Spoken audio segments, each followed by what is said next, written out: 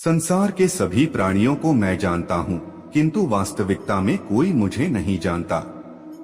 लोग कहते हैं अपनों के आगे झुक जाना चाहिए, किंतु सच बात तो यह है जो अपने होते हैं वह कभी झुकने नहीं देते। वह दिन मत दिखाना कान्हा कि हमें खुद पर गुरूर हो जाए, रखना अपने दिल में इस तरह कि जीवन सफल हो जाए। वह जो सभी इच्छाएं त्याग देता है, मैं और मेरा की लालसा तथा भावना से मुक्त हो जाता है, उसे शांति प्राप्त होती है।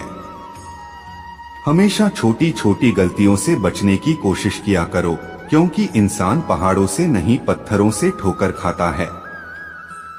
शांति से भी दुखों का अंत हो जाता है और शांत चित्त मनुष्य की बुद्धि शीघ्र ही स्थिर होकर परमात्मा से युक्त हो जाती है।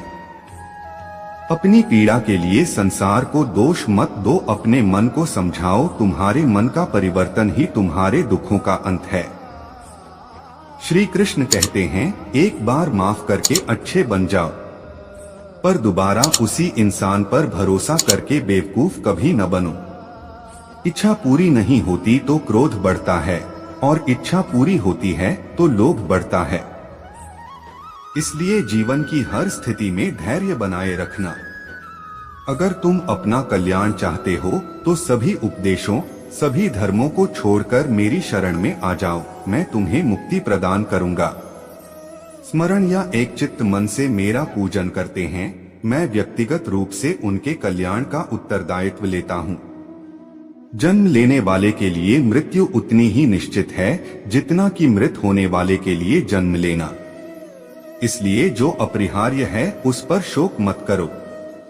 श्री कृष्ण ने कहा है, अगर तुम्हें किसी ने दुखी किया है तो बुरा मत मानना। लोग उसी पेड़ पर पत्थर मारते हैं जिस पेड़ पर ज्यादा मीठे फल होते हैं। अंतकाल में जो मनुष्य मेरा स्मरण करते हुए देह त्याग करता है वह मेरी शरण में आता है। इसलिए मनुष्य को चाहिए कि अंतकाल में मेरा चिंतन करें। यह सच बात है कि भूल करके इंसान कुछ सीखता है, परंतु इसका यह मतलब नहीं कि वह जीवन भर भूल करता रहे और कहे कि हम सीख रहे हैं। कृष्ण कहते हैं, इस जगत में मनुष्य भौतिक वस्तुओं का भोग कर सकता है। अगर वे चाहे तो सब कुछ छीन सकते हैं। मनुष्य कुछ भी नहीं कर सकता। स्वार्थ से रिश्ते बनाने की कितनी भी कोशिश करें वो कभी नहीं बनते हैं, और प्रेम से बने रिश्तों को कितना भी तोड़ने की कोशिश करें वो कभी नहीं टूटते। क्रोध से भ्रम पैदा होता है, भ्रम से बुद्धि व्यग्र होती है, जब बुद्धि व्यग्र होती है तब तर्क नष्ट हो जाता है। जब तर्क नष्ट होता है तब व्यक्ति का पतन हो जाता है। आत्मा न तो जन्म लेती है, न कभी मरती है, और ना ही इसे कभी जलाया जा सकता है, ना ही पानी से गीला किया जा सकता है। आत्मा अमर और अविनाशी है। अगर व्यक्ति शिक्षा से पहले संस्कार, व्यापार से पहले व्यवहार और भगवान से पहले माता पिता को पहचान ले तो जिंदगी में कभी कोई कठिनाई नहीं आएगी। विषयों का चिंतन करने से विषयों की आसक्ति होती है, आसक्ति से इच्छा उत्पन्न होती है, और इच्छा से क्रोध होता है। क्रोध से सम्मोहन और अविवेक उत्पन्न होता है।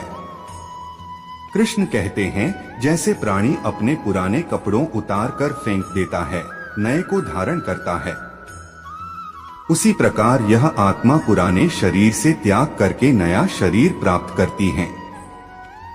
तुम उसके लिए शोक करते हो जो शोक करने के योग्य नहीं है, और फिर भी ज्ञान की बातें करते हो। बुद्धिमान व्यक्ति ना जीवित और ना ही मृत व्यक्ति के लिए शोक करते हैं।